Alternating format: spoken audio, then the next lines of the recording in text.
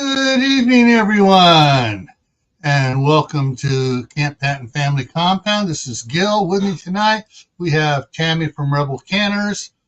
Oh, we will hopefully have her shortly, and we have Mark at ChefTech. It is time for the Monday Night Fireside Chat, and tonight's topic is canning in the summer heat. Oh, man. It's so much fun. Oh, yeah. I want to lose 30 pounds in 5 minutes. 20 minutes. 20 minutes, and I don't want to be able to get to sleep until 3 o'clock in the morning because the house is 110 degrees. Yeah, and the stuff hasn't cooled down enough to walk away from it. Yeah. So let's see who all's here. And all right, so the chat does not even come close to matching the number up in the top here saying they're watching. So we have first one in was Crew 1351, and you hopped in saying second. Then I was literally typing first, and when I went to hit enter, I was like, seriously? I missed it by a nanosecond. Yeah. And prepared for it came in 10 minutes after you did. Geeky Gardens is here. Diana is here. And that's it so far. So we got Uncle Richard will pop in shortly. He always comes in. Yeah, we got a whole bunch more that are watching. Watching is fine, people. You can lurk all you want. Would be nice though if you can hit the thumbs up or at least say, "Hey, I'm just listening," or just type listening. Some are just waiting for the link to pop up so they can try to spam you. All right, two just dropped out real quick. Mm-hmm. Probably because they're probably on Tammy's side. Didn't see Tammy popped in here yet. Tammy it's true. Let me go check that. I can go check her side. Yeah. So Tammy should be on the way here, unless she's tired of canning in the heat. Yeah, right. She might be waiting for her pot to cool down. It's not summertime yet, though. It's still spring. Speaking of which, do you realize when the first day of summer is this year? Kaylin just came in. The first day of summer is this coming Sunday, Father's Day. So Father's Day falls on the first day of summer this year. I don't see her streaming it on her channel here. Oh, I wonder if she was. I don't. Oh, that's right. I don't see the pop up here up above. Yeah, so I know. I sent her stuff. Maybe she's having problems this week. Again. Oh, she might have a ton of stuff to do. I mean, the girl never stops. So. Yeah. But usually, because I sent her the link yesterday, and usually she, but she might have been so busy and missed it or accidentally deleted it, and therefore didn't set it up. Oh, wait a minute. Nope, she didn't respond. Who responded? Oh, nobody. All right. Nope. So all right. Yeah. So Jack says it's 100 degrees in his garden yesterday. It's summer in Florida. It's always summer. It's always summer in Florida. It's either early summer, or late summer. Wait. They do have that 2-week period of fall. Yeah, and the occasional frost, and then it goes back to summer. And that's usually when the circular clouds come in. Yeah, the big circular ones that come in from the ocean. Yeah. Yeah. All right, I'm just thinking of that. Let me take a quick look over here as my wrong one. There we go. And so, we definitely hit our 79 degrees for us today. Crap, it was only 72 here. Yeah, because I went out there, man. It's like I was because projected was 79. The actual thermostat right next in the shade next to the back door was looking at like 82. Jeez. Tomorrow's supposed to be 87, which means it's going to be and we got several warnings here. We have red flag warning from noon until 9 p.m. We have wind advisory from 1 p.m. until 9 p.m. So, yeah. But we have clear skies out through next Monday. Clear skies through next Monday. Oh, wait a minute. There is a 30% chance of thunderstorms Saturday night with a low around 49. And they're not giving with okay, so the high Saturday is supposed to be 84. So the 30% of thunderstorms is probably going to have lake effect with it, and it's going to blow through in a half an hour, like it normally does. All right, so that's the weather up here. So yeah, 5 degrees. You're canning inside the house. That sucks. I've done it in the summertime, but central air definitely gets angry at me. Mm-hmm. Sometimes you just got to do it. I haven't canned outside ever, but 90% of my canning gets done in the fall, winter, and early spring. Yeah. So I do have a couple pictures to share, just a couple, really, just a couple. I remember my family doing this only with, instead of peaches, doing that with the blackberries before getting them all washed, clean, make sure nothing's in it, getting everything all mashed up, bringing the pots in, throwing them on the stove to heat the blackberry jam up to put it in the jars. The kitchen in my grandmother's house at the time had a window on each side that would slide up, so it only opened halfway. And it probably opened up a foot. Is all it opened up, and it was 2 feet wide on each side of the kitchen. Put a fan on in one of them, or hope the wind is blowing. Generally, there was a breeze coming from the sink side, which was looking out over the Carquinez Strait where the mothball fleet was at, there in California. And so, yeah, there was a slight breeze across there. There were times, though, we'd be in there canning, and the breeze would pick up, and she'd go over and she'd start closing that window down more and more and more because she didn't want cold air hitting them jars. Even though it wasn't that cold, but it was still a breeze that would cool it down quick. It was a breeze. It wasn't that cold, but it was a breeze and could cool down the jars a little too fast. Now, I probably wouldn't pressure can outside. I mean, I could. Yeah. But if I had water bath stuff, oh yeah, I'll fire up the Big John. I don't care. I mean, just keep water boiling on it. It's outside. That's great. When they're done, I take them off, put them on a tray, and carry them back in the house where it cools. It's cooler. It's usually 70 in here. So yeah. Now, the lady on the left with the blue apron on, if you can see it, there's a big aluminum stock pot behind her, and just showing in front of her in the background there on the water bath kettle. Yep. Yeah.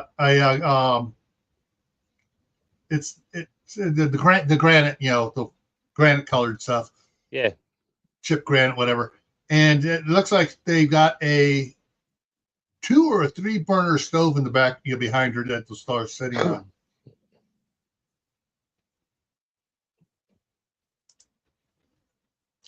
Jack says to usually collect things in the freezer in the summer and do his canning in the fall. Yeah. That's what I do with my tomatoes. I mean, I didn't start canning tomatoes until it was like, October, late September. Now, it was like my house. couple weeks ago, or either last week or the week before, we talked about pole barns on Friday night on the homestead, and they made a little pole barn here for their outdoor kitchen. It's kind of hard to see, but on the right side, you got one of those little office refrigerators, and the next little spot there is a sink and the big white cutting board. But yeah, it's I didn't notice up here in the corner there's a ladder going up onto the roof. I would probably concrete the floor at least, make it easy to clean with a pressure washer. If I drop stuff, not get in the gravel and chairs don't sit straight. Yeah, under the on the right there, under those cabinets there, there is I can see a cement pad there. They just probably haven't gotten to it yet. Yeah, true. But yeah, so they got a 2-burner Camp Chef there, or knockoff. Then they got 2 different turkey fryer type single burners there in the background there. One looks like it's got a coffee pot on it. That would be my house. Yeah, all those tomatoes, and they only got like a dozen ears of corn there. But hey, with those trees around and that shade covering, that would be probably a real nice place to can. I'd be more worried if there was like wind blowing and it was raining out. Yeah. Huh. Oh yeah, and the pup under the table on the left. Yeah. Oh yeah. He's waiting for the stuff to hit the floor. Now, this one and the next one, I'm comparing stuff. This is the standard Ozark Trail from Walmart. Up on the top, if those have a big enough thing to see it on, there is a little vent in the top of that. I mean, a little vent. Right. This one here, oh yeah, it's got a lot bigger vent up there on top, and so you get more. You'll get more heat traveling out. All sorts of sizes. They coming out anything from 8x8 on up to 12 by 20. Oof. Yeah. And I think it's the last. No, okay, I went more. Oh yeah. You don't have to use the inside of a trailer if you happen to have a travel trailer and it has an awning on it. That awning works great. And the trailer can be parked so that it acts as a windbreak. And if you have one of the more modern ones that has a rollout burner on it, hey, it's a good propane burner stove, so that's not going to burn up your pots. Yeah, a little slide out outdoor kitchen. Yeah. This one has yeah, there you go. This one has a rigid canopy on it. It's the side just folds up, and so yeah, you got a sink with a nice pull out washer on it, and you got the burners there on it. But yeah, but here's the one with the big awning on it. Yeah, sorry. If I had that much money, I'd probably just build an outdoor kitchen somewhere. And if I was traveling, if I lived in a trailer, I don't think I'd be canning too much because you got no place to store the stuff. Yeah. I think that's the last one. But yeah, the Prepper Girl. Hey, how's it going? What's up? And we got yeah. We've had some of the canopies fail too at Scout Camp, but we actually wound up having some pretty good luck with the Ozark one from Wally World, and we just had to put some extra ties down on it and some 12-inch spikes. Yep. Into the ground off each leg at a 45-degree angle off of it, and it held up against the wind, the hail, and everything else up there. Hey, you missed June last year at the food thing that Tammy and I went to. Yeah, I heard. I probably had the only remaining fully functional standing easy up, and I wish I had a big empty trailer with me. There was probably 1,000 pounds of aluminum that went in the dumpster. Everybody just bunched them up and threw them all in the trash. And Richard and I are looking at this going, "Oh my God, think of the scrap value." And even the Amish that were there, they didn't care. They were piled up next to the dumpster. The garbage truck came and had to load the dumpster, and they had to send like 8 people out to load the dumpster up so they could dump. I think they had 3 dumpsters, and it was just easy ups. All the equipment that got damaged, people just threw it in the trash. I'm like, well, I get it, but that much aluminum in one spot, jeez. I mean, Richard and I hung on to mine for dear life. My tent folded over flat. Yeah. And we hung on to it, and it didn't go anywhere. And that was some brutal, like 70-mile-an-hour winds that came through. Somebody's tent that was in the back of their, on the concrete pad next to their trailer, wound up in the woods. It just lifted up and disappeared into the woods. I don't think there were any kids in it, but geez. Now, let me go ahead and drop that down out of the view there. Ooh, this is good. Sorry, I just spotted an email pop in here that we'll be talking about on Thursday night on the for the Midnight Ride. 8 likely dead after bomber crashes at Air Force bomber crashes at California Air Force base. Yeah. Oh, B-52 Stratofortress crashed just before noon California time. So about 5 hours ago. Yeah. Let me put that where that goes. Sorry, folks, for that interruption, but yeah, that's one of the things we yeah. Okay. I got to check with my wife. Oh, she's down in Fremont. She's not staying at the house in Martinez. She's down with her mom in Fremont, about 45 minutes south. Because from our house in Martinez, if it crashed at Travis there in Fairfield, we would see the smoke for sure. Wow. Yeah. And since she has her desk set up so she looks out the front window at the garden. So yeah. Oh, let's see here. Yeah. So does anybody can outside besides not me and Tammy, who does, but she's not here? Yeah. What my wife has canned outside with jams. Got a 14 by 14 easy up. Canopy, something. Easy up. It's an Ozark Trails from Wally World because my son works there and gets employee discount. And yeah, she canned out in that thing there. Of course, on the I got house on one side, house on another side, making that. Down here in the middle is where the easy up was on the patio, and they had all the trees around the other side. That'll keep the breeze out and the wind. Mm-hmm. Yeah, a little bit, yeah.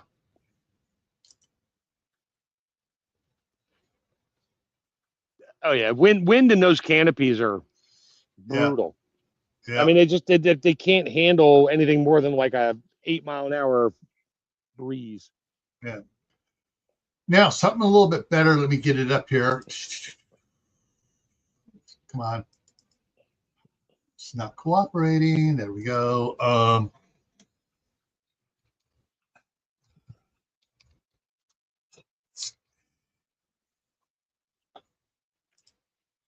wrong one. Come on, 10 by.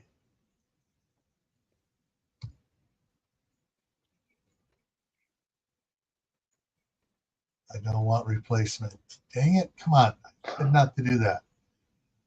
Amazon right now is trying to sell me on stuff I don't want. Of course they are. Because you said a key word. It's like, ooh, he likes this. Let's load him up with this stuff. So, but she's here. Yay. And she's driving. Riding. Yeah. So let me share. Yeah. Go ahead, Tammy. Sorry. All right. So let me share this. We actually got a couple of these monstrosities for Scout Camp. Our troop for the district got a couple of these up there. But I was looking to show here we go. Boom. Yeah. This one has it. So like the one that the truck is under here, 10 by 20, and this has the 1.5 inch pipes. Those things are a little bit stouter, but they still need to be staked down. Oh, I got one of those. We staked it down with 55-gallon drums full of water. Yeah, we got I got off of Amazon a auger kit that puts 18-inch augers that you can just has an eye hook on it. So you just you drill a little bit and you put it in your hand, screw it down in. Those suckers didn't move, and it took one winter we had it up. It took snow, it took winds, it took everything, and halfway through the next summer, the canopy itself because we were up so high here, got baked. On the second summer. I had one given to me when I was doing a food service for a horse show for my friend. Friend of his gave it to me. It was a 15 by 30. I still got it. And I left it sitting up one night and a windstorm came in. I came in the next day, it was on the ground and 3 of the poles bent over. They were 1.5 inch poles, but 1.5 inch PVC would work, but they're too flexible. So I used 4-inch up to like the last 4 inches. And then I put a reducer on it to 1.5 inch to fit in the angles. I still got those. Those things are beefy. I might bring that out to the cabin and use that instead of my tarp that we hang up all the time. Tammy, can you hit the mute button on yours? There we go. There we go. Yeah, car noise. One of the things that we've done with one of those the caravan canopies was we replaced some of the ones that did get bent with 1.5 inch metal conduit. Yeah, well, these are metal. Not rigid, which is like water pipe, but the conduit, which is like 3 times as thick as what this stuff is. Yeah. Electrical conduit. Yeah, I mean that would work too. It was more expensive than PVC in the day. Actually, it's probably still more expensive. And yeah, I'd love to use mine for a greenhouse. I can shorten it up. I don't have to make it the full length. I can just shorten it up, use 4 legs instead of 8. Yeah. And yeah, I could probably make 2 of them. Yeah. So yeah, there are options to can outside. Inside, actually, I forgot. Oh, that just reminded me. When we were living in Sun Valley, California, down across the street from the Burbank Airport, that's when the 71 earthquake hit. Later that year, my mom canned a bunch of pears, and we canned it outside. But my dad just, it wasn't anything professional setup, but he set up a strong thing and got some trucker tarp, the heavy duty PVC plastic trucker tarp that, takes 20 guys and 4 boys to put it up over a truck. And he put that up over it. So it was outside, and she was able to can those pears. Hey, the only thing you got to watch out for when you're canning outside is bugs getting in your food. Yeah. Nothing worse than open up a jar of jelly and there's a fly. It's just extra protein. Yeah. The ones you don't see, not so bad. It's the big ones, like the big house flies that land in there and get stuck that you don't see. It's like, ugh. Yeah. I don't want that kind of protein. We've all eaten bugs in our life. We don't even know it. Yeah. Yeah, I wouldn't want to be out there in thunder and lightning with a metal cage above me anyways. Cage of death. Canning in the cage of death during a lightning storm. Yeah. But yeah, she canned outside. She canned out under that thing 2 Saturdays. The next Saturday those were the pears we did. Next Saturday we went out to an orchard and got a bunch of peaches. She canned peaches then indoors the next time because we got the swamp cooler fixed. And the swamp cooler was in the living room, so it cooled off the living room, then it cooled off the dining room before it got to the kitchen. And then it really never cooled off the kitchen. It just kept it from getting hot. It kept the hot from going to the rest of the house. Yeah.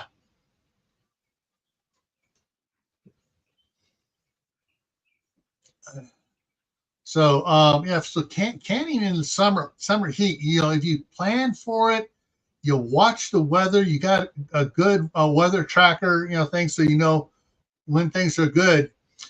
You can generally get by with running the canner outdoors. I'm trying to remember who it was. It wasn't Mary at the Scout Shop. Because one of the other ladies did canning, and they would do some part of it inside the house. Once they had the jars, stuff, the hot liquid poured in the jars and the jars twisted down and stuff. They put the jars back in the old style cardboard boxes with the dividers, carry them out and set them into the pressure canner or the water bath. outside.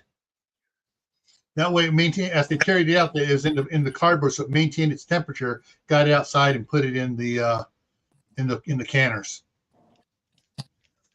I'll be right back. I'm going to be away from my computer for a minute. Okay. Yes, I'm parked.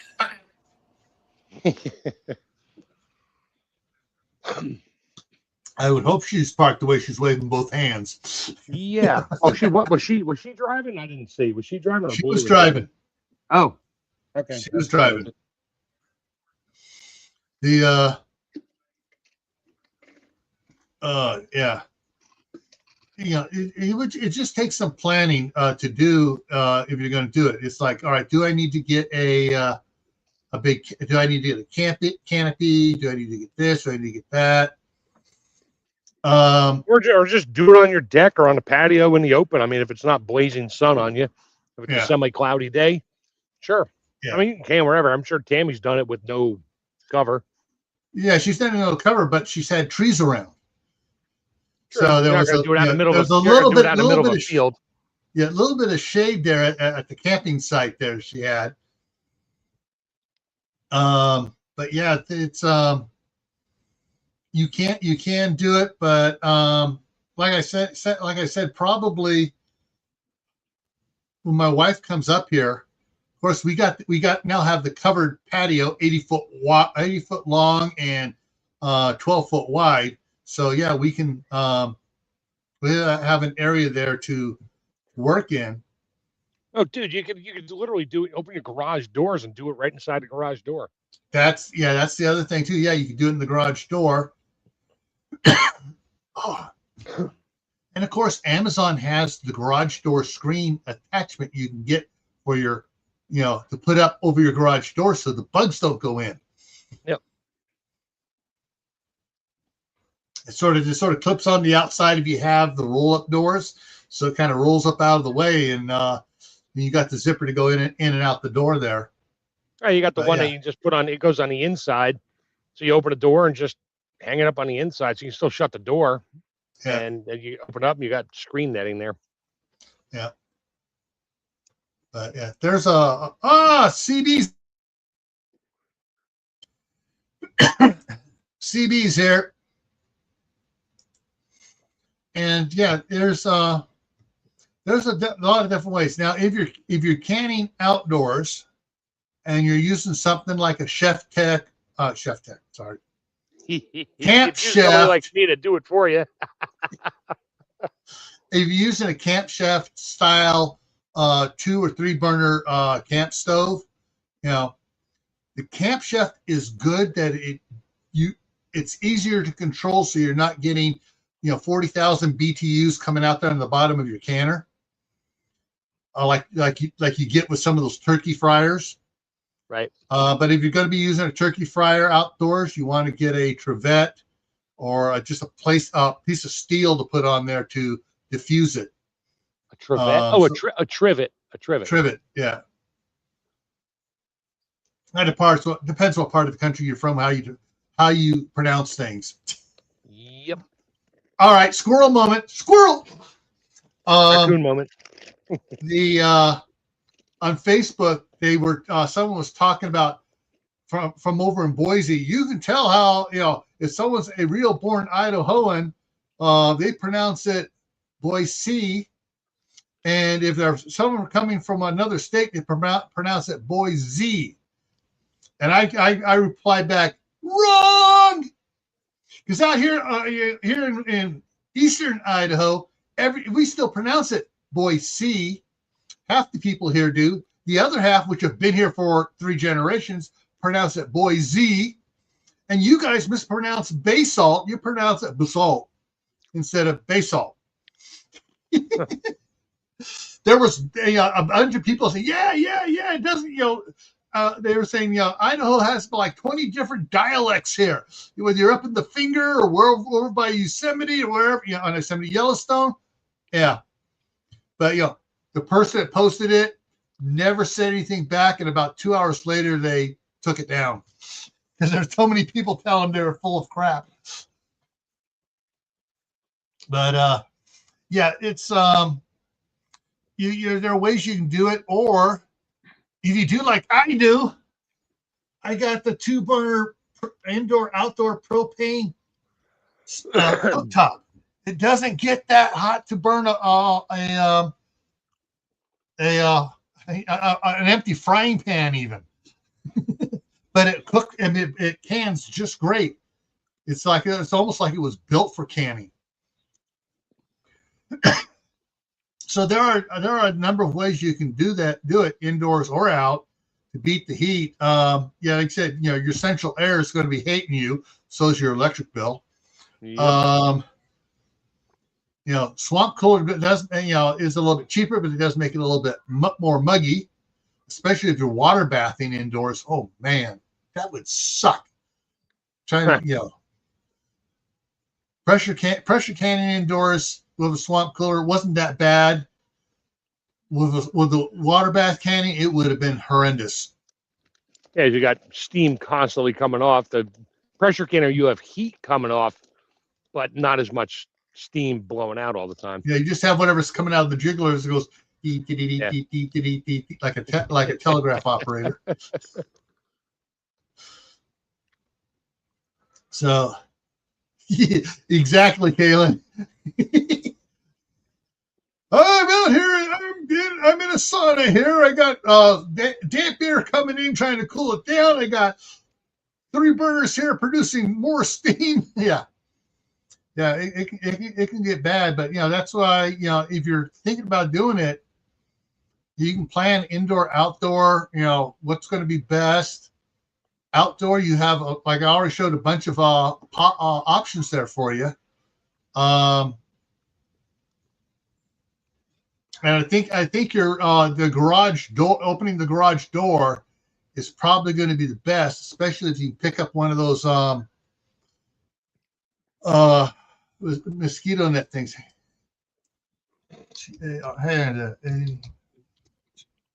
You can always put a fan in that is mounted up high to blow the hot back outside, so it pulls the cooler air underneath and not cause a tornado in your garage. There we go. Let me throw that up there. Oh yes, nice ones. Yeah, like this one here where she's coming out, that hangs out permanently in front of it, and it's got the sort of sections roll up and turn as it goes up inside. Yep. Yeah. So any of those would work great for a garage to seal it up. But if you have one of the old-fashioned doors like we did in our first garage, where the door tilts out one piece and the whole door flips out. Yeah. Yeah, whole door flips out and it sticks out a couple feet farther. That you ain't one of these screens ain't going to work for that. But it does give you more of a place outdoors. You got a little overhang. You put the netting around the bottom of the door, so when you lift it up, it drapes down and just on both sides. So you just create a little outdoor screened-in porch when you open the door. Yeah, but there's they're not marketing to anybody who has a flip-up door. And that's because nobody really has those anymore unless you live in a house that was built in the 40s.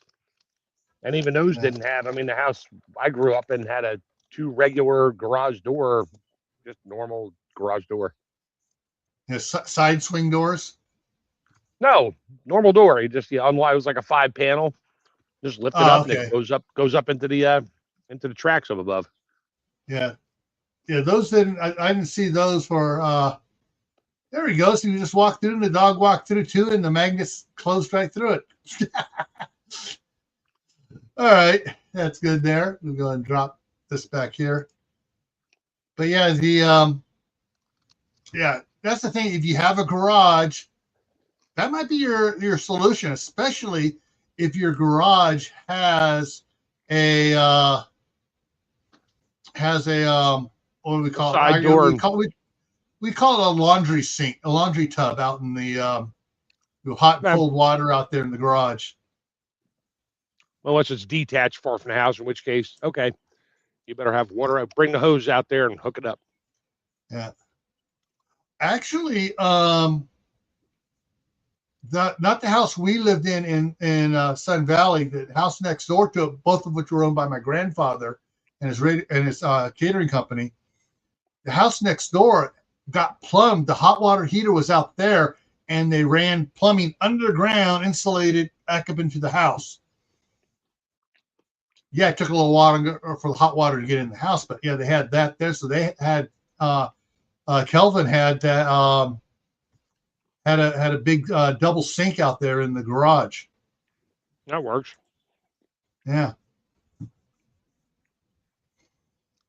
Oh, yeah. The other thing to do when you're canning, I know that people are going to go, huh, why? Pick up some extra thermometers, not food thermometers, wall thermometers. Or, if you're in the garage, if you're in the house, wherever, you want to be able to see if the area you're at is getting too hot for where it's becoming unsafe for you. Just so you can see how things are going, so you know whether or not, okay, if you're in the house, it's like, oh yeah, we definitely need to turn on the AC. The windows and fans in the windows ain't cutting it. So I hear kid noises in the background. Yeah, fortunately, they're in at the. Where? They're at the TV. They're laughing at the TV show. All right, so yeah, it's just one of the things. Just, a lot of it is I feel bad saying this to a bunch of people that have common sense. It's up to common sense whether you overheat yourself or not. Huh. I'm sorry. I've been watching a lot of reels lately while I've been working with the kids and stuff. We've been watching a lot of the Big Boy Steam Train videos today. Oh yeah. And the Champion that is owned by the Norfolk Southern Railroad. They had two long trains, and then one train would go past the other. Then they passed back and forth, and it went on. They were like half an hour or an hour. These two trains were steaming along, and they turned around and they came back. And so everybody's videoing ever along the way, and the kids are just going ape watching the one steam train pass the other and stuff like that. Like I say, the big boy turned around. Yeah, it took it 18 miles to turn around because the turning radius of that thing is like it did a Y switch. Yeah, big Y. So they went this way here, backed up that one, and they all headed back again. But in between those, when I was trying to find all those for the kids, they go run off plane, and there are, how do I say this? There are some intelligent and not intelligent millennials, Gen Z, and others that are trying to learn kitchen skills, including canning. Some of them is just like, oh my, no. I know my kids understand it because they would watch me. They didn't really help, but they knew what I was doing. I explained it, and they're like, okay, they're all smart. They all cook. So, yeah. But, and there's some that, that are learning to do things. And the one, she was smarter than most of them. She was trying to do something, and all of a sudden she just stopped. She set the stuff down. She goes, I'm a stupid idiot. I am so stupid. I'm going, wait a minute. A millennial saying they're stupid? Yeah. What'd she do? It was she was trying to open a can, and she was trying to put the can opener on wrong, and then she realized, because she looked for the pull tab. There's no pull tab on this, and she was about that, and then she was complaining about how it wouldn't do with the can opener, and then she realized, she goes, right. And then she put the can opener up, click, and it worked. She goes, I am so stupid. That person, in my opinion, has a chance of succeeding because she recognized her fault. Succeeding? You mean a chance of survival? That too. She was just succeeding in learning to cook and to can and to do things. She's trying. Even my kids know with a regular can opener, first thing you do before you open that can, wash the top of the can off because that thing's been Yeah. sitting in warehouses, people spitting, wheezing, coughing all over it. And what do? You put the can, a regular can. I don't use one of those anymore unless I have no choice. And you Yeah. crank it, and it falls in. Great. Everything you just put in there, including the knife cutting through with little shards of metal. Oh, I hate those things. I got the one that opens it on the outside rim, and they're soft. You get it, and you could actually, I kind of reuse the cans, those not things, for canning. Yeah. Excellent, Kaylin. There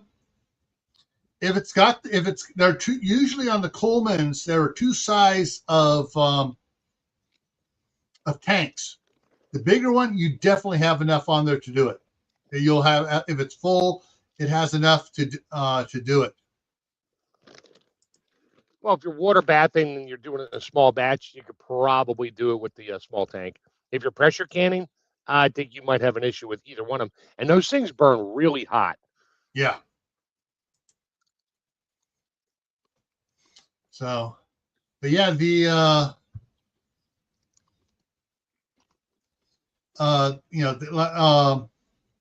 like Sandy said, it's easy to forget to drink enough water.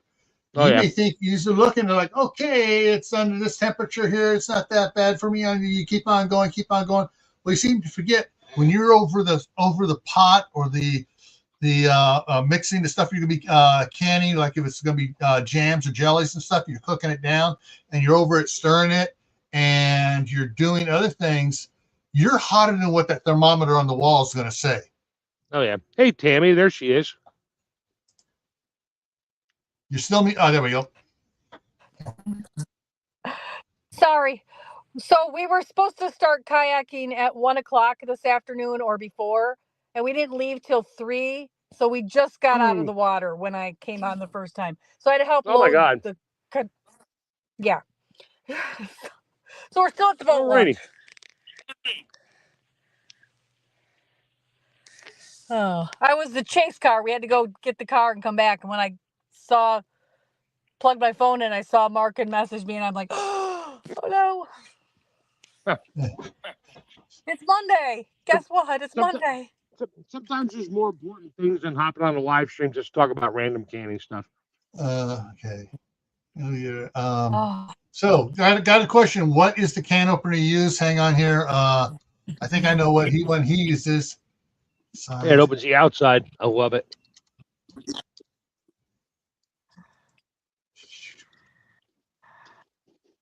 All right.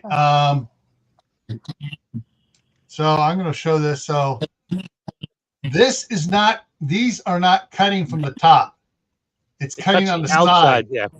Cuts on the outside, so the lid pulls apart. Yeah. And some of them are great for most cans, like it's showing here. Not all. There are some of the imported Italian cans. They don't work. You will fight for hours trying to get. You finally just give up and grab the old school one. Yeah, and I never found it. They said they got it on Amazon. I couldn't find it, and but it was one heavy duty that cut on the side of the number 10 cans. Yeah. I never found. Someone said, Scott said, "Yeah, I got this on Amazon." We couldn't find it. She kept on forgetting to send us the link, and we're all going because I use mine on number 10 cans. I mean, most number 10 cans it works fine. Like I said, the imported. We get a lot of. My wife likes a certain tomato for making stuff that's imported from Italy, and the cans are slightly different and are not as deep in the lip on top, and you just can't get it to grab. It just keeps popping off. It's like crap. Yeah. And Aurora just came in on Tammy's side. All right.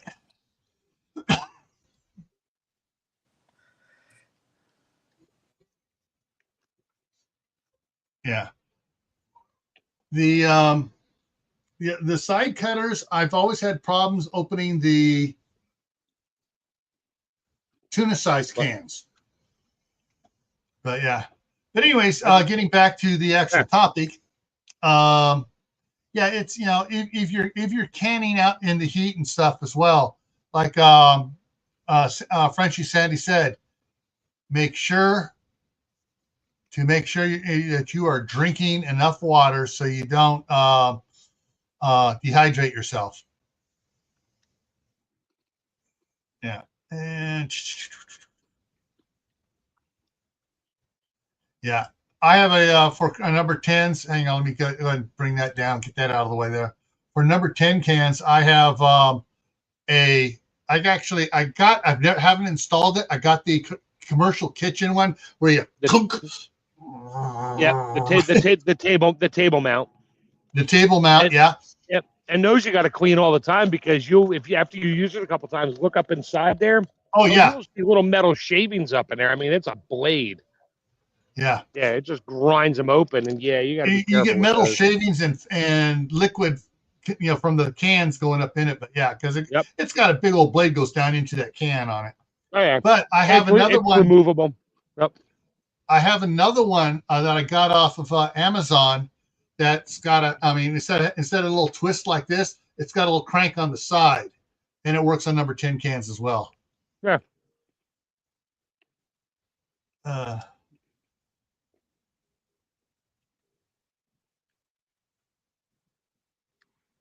So, Tammy, when you were in kayaking, did you have your pressure canner with you in the kayak? No, I do not trust my baby. I can't. I know. I had to portage a dam. I had to carry my kayak over a dam. So no, I did not bring any extra weight. You mean you didn't just go flying down the chute in the dam? Come on. That was an option. It said at your own risk, and I decided first time on this river, no. Yeah. All right, let's see here. Billy's here. Wickshire on your side. Aurora, I'm on my gray man. I'm not on gray man prepping. I'm on Camppatton Family Compound tonight. This is Monday nights. I'm on Camppatton Family Compound. Yeah. Since this is cooking and canning and stuff like that. Squash bugs are rampant. So are the potato bugs. They're horrid right now. And ticks. We finally got past the ticks at our place. Ooh, his assassin bugs are working. The assassin bugs are killing off the bad ones. Yes. But yeah, for those that came in later, we were talking about different ways of doing it. Let me see if I can throw that back up here real quick for you guys. So I brought out some this one here, just to share some pictures because a lot of people came in afterwards here. So there we go. If you just canning outdoors, you want to be in the shade. Yes. Yeah. And like I said, they got one of those camp stoves behind them with two things on it. This one's kind of cool. This is like the pole barns I was talking about on the Friday night on the homestead. They built that. They got a little refrigerator out here. They got a little sink and a couple cabinets here. They haven't done everything out there for cement yet. And this is a Ozark Trails canopy, 12 by 12 canopy from Wally World. It does have a little vent up there in the top, but it's not as good as the vent as this one here has. Yeah. This one has a big vent on it, so the heat isn't getting trapped on you so much. Yeah, well, you're also in the wide open. I mean, you have no sides on it, so whatever heat goes out the top. Well, thing is, so these you can get the solid walls you can put up on it. Well, solid, they're fabric. And you can get the screen walls around on it. Right. Then there is, if you have a travel trailer with an awning, it doesn't have to have the roll-out stove on it. But, if it has an awning of some sort, you got some protection there. And you can put the trailer blocking the wind for you, too. That way, if it's blocking the wind, it's much better. And yeah, that's what I had. That's all I had there picture-wise for everybody. Yeah, side panels are the same as the top usually. The screen though usually has like a 6-inch border around the edges of the same material, so it can tie in or zip into the walls as well. But yeah, there's and like Mark and I were talking about the garage door. You open the garage door, do it inside, and if you want to spend a little bit of money, you get one of the screen attachments that goes in front of the roll-up door on the garage that has the magnetic clip, so you just go through it, and you got a little bit of air current in there, and it's keeping the bugs out.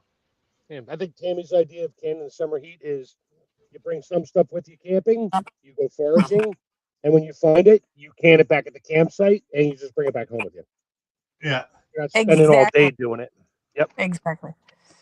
Yeah. And the elderflowers, I actually took Ziploc bags to forage on the river. Cool. Did you get any? No, the elderflowers are just starting to blossom. They're still a little green, so I didn't get any. So. Yeah. So yeah, the main thing is heat management in the summertime. Yeah.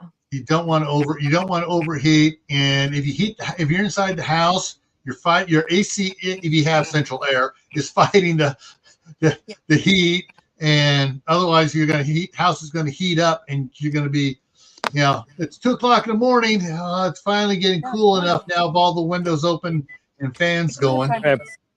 And you're probably going to have problems getting your water bath jars to seal quickly. You pull them out, they're not going to go blink, blink, blink like they do when you do it in the house. You're outside and it's like 90 degrees outside. Yeah. They'll still seal. They're going to take a while. Yeah. So one of the things to do, everybody, plan ahead on this. This is just for general can jar storage, either with stuff in it or without. Back in the 60s and 70s, and even into the early 80s, we'd buy a box of jars. It came with folded top on it, totally encased. It didn't have this plastic wrap around it. Right. And there was a cardboard divider to keep the jars from clanking together. Yep. So you can't get those anymore. The other thing is to keep an eye open for other boxes, Amazon boxes, or wherever else that you can fit. You may not get 12 jars in there. You may get 10 jars in there or 9 jars in there, and then make your own dividers and stuff. And like Mark was saying, the problem of the jams and jellies being outdoors, these things you can take it out, put it in the box, carry the box inside the house where it's a bit cooler, and they'll cool off a little bit quicker. And then take them back out of the cardboard box so they can cool quicker on the counter, and actually get your ping, ping, ping going on it. Yeah. You go to into the supermarkets, they get tomatoes in the tomato boxes and the 25-pound boxes. Those are heavy duty. Yeah. And I know I can fit, I think 12 quart jars in there. And have a little bit of space to spare. And you could always, if there's space, you take some thin cardboard and just stick it between them so they don't clank together. Yeah. The anything bigger than that, like a banana box is just way too big. It'd be way too heavy unless all your jars are empty. But even then, it's heavy. All right, let me grab something here real quick. Give me about 30 seconds, and I will be right back. You still got to drive home, Tammy? Yeah, I'm still driving home. Oh, geez. Okay. Yeah. How far home? Half hour? More like an hour, 45 minutes. Oh, geez. But that's all right. This is a kind of an exploration. We never went on this river. It's not that far from home. It has some really good on ramps, and it had a really good kayak where you can get yourself up out of the water. Kayak ramp. So it was really nice. Good. And it was a beautiful, lots of deer, very shallow. Not super hot. one dam to go around, and it was maybe a 6 foot high. I probably could have went over the dam, except I didn't want to die, so it really wasn't that bad. But you never having seen it before, I was like, Yeah. you know, so. At Walmart or Costco, and I'm not sure about BJ's back east, but you know, what do you think? This is pretty stout cardboard here. This is great for pints and half pints. Quarts, yeah, it still comes up above the midway on the quarts, and you can make your own little things for one of these. And quarts is a little bit heavy to carry something this big, but the pints that's a little large for full jars of quarts. That thing would probably collapse in the middle. It ain't that strong. It's cardboard. Yeah, but this is some really thick cardboard on it. But this would work great for pints and stuff for carrying it back into the house and just for storing them. That's why I got a bunch of these. Every time I go to Costco and I see some of these good thick ones here, I go ahead and grab it so I can use it for for storing all the jars we're getting. That explains all the grapes in a pile on the floor when I go to Costco. Somebody stole all the boxes. No, that holds all those little plastic trays of grapes and cherries and tomatoes and stuff like that. Oh, okay. Yeah. Heading out to the garden for sundown.